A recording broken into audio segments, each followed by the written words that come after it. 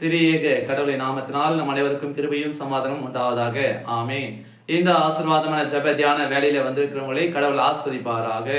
நாம் ஒரு அதிகாரியையோ அல்லது தலைவர்களையோ அல்லது நமக்கு மேலே இருப்பவர்களையோ நாம பார்க்க போகும் பொழுது நாம அவர்களுக்கு முன்பாக ஒரு தன்னடக்கத்தோடு நாம செயல்படுவோம்.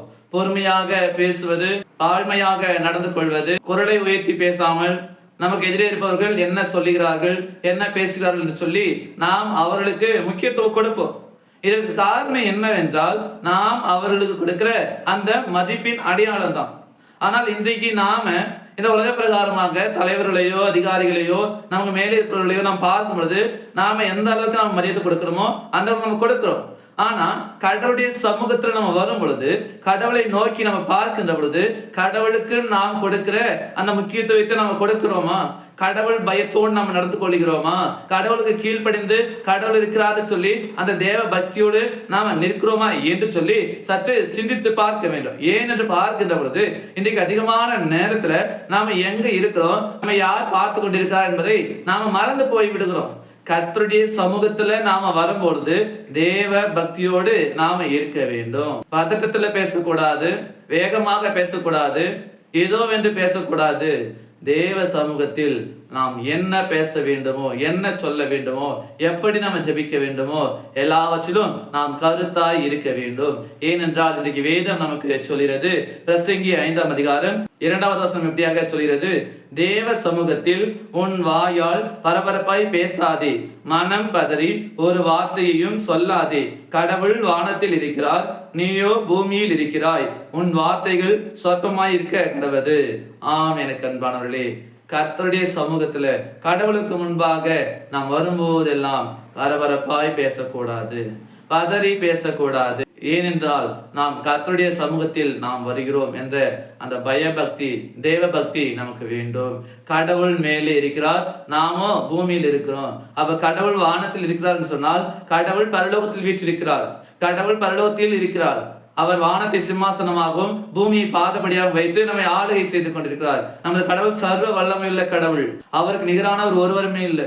அப்ப அந்த மேலான சர்வ வல்லமை உள்ள அந்த கடவுளை பார்க்கிற நாம, அந்த கடவுளுடைய சமூகத்துல வருகிற நாம எப்படி இருக்கணுமா?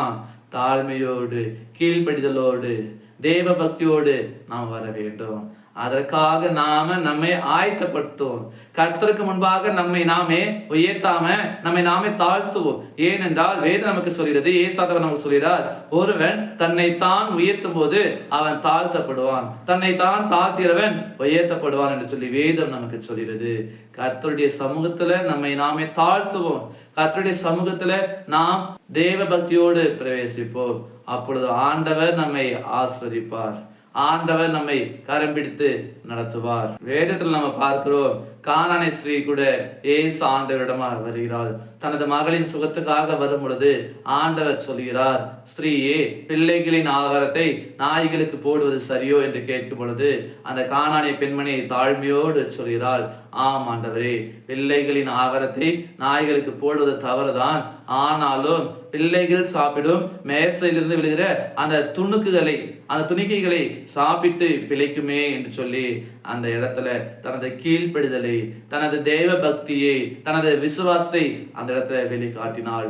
ஆண்டவர் சொன்னார், ஸ்ரீயே, உன் விசுவாசம் பெரியது, நீ விரும்புகிறபடி உனக்கு ஆக கடவுள்னு சொல்லி அந்த சனமே ஆண்டவர் அவருடைய மகளுக்கு சுகத்தை கொடுத்தார், ஒரு விடுதலையை கொடுத்தார். இன்றைக்கு நாமும் கூட கடவுளுடைய சமூகத்துல வருகிற பொழுது அந்த கானானிய ஸ்ரீயை போல தேவ பக்தி, அந்த விசுவாசம், அந்த கீழ்ப்பிடுதல் இவற்றோடு நாம் வருகிற பொழுது ஆண்டவர் நம்மையும் சுகமாக்குவார், நம்மையும் விடுதலையாக்குவார். ஆண்டவர் நம்மையும் உயர்த்த வல்லவராயிருக்கிறார்.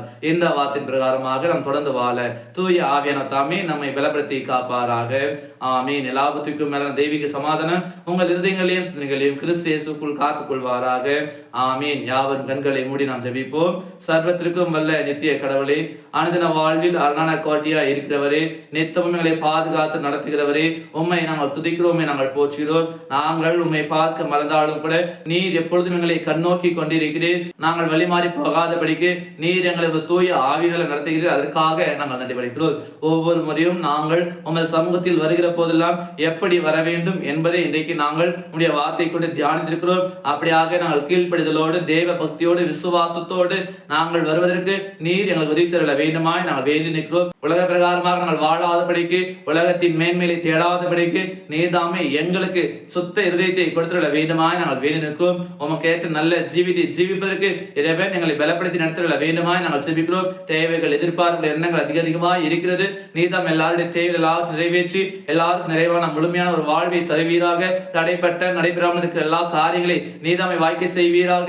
நாங்கள் கையில் எல்லா விதமான வேலைகள், பயணங்கள் எல்லாவற்றையும் ஆசிரித்து அதில் நல்ல ஒரு மேன்மையை கொடுத்துள்ள வேண்டுமாய் நாங்கள் வேண்டி நிற்கிறோம். இந்த நாளானது உம்முடைய ஆசீர்வாதத்தால் நிறையட்டும். உம்முடைய ஒத்தாசையினாலே நாங்கள் நாளை சந்தோஷத்தோடு களி கூறுவதற்கு எல்லாவற்றையும் நேர்த்தியை செய்து நாம் மகிமிக்கின்ற சாட்சிகளாய் இருப்பதற்கு இறைவன் உதவி செய்ய வேண்டுமாய் இயேசு கிறிஸ்துவிலே ஜெபிக்கிறோம் அன்பின் பிதாவே, ஆமீன். அனைவருக்கும் சுவஸ்திரம். கடவுள் உங்களை ஆசீர்வதிப்பாராக. ஆமீன்.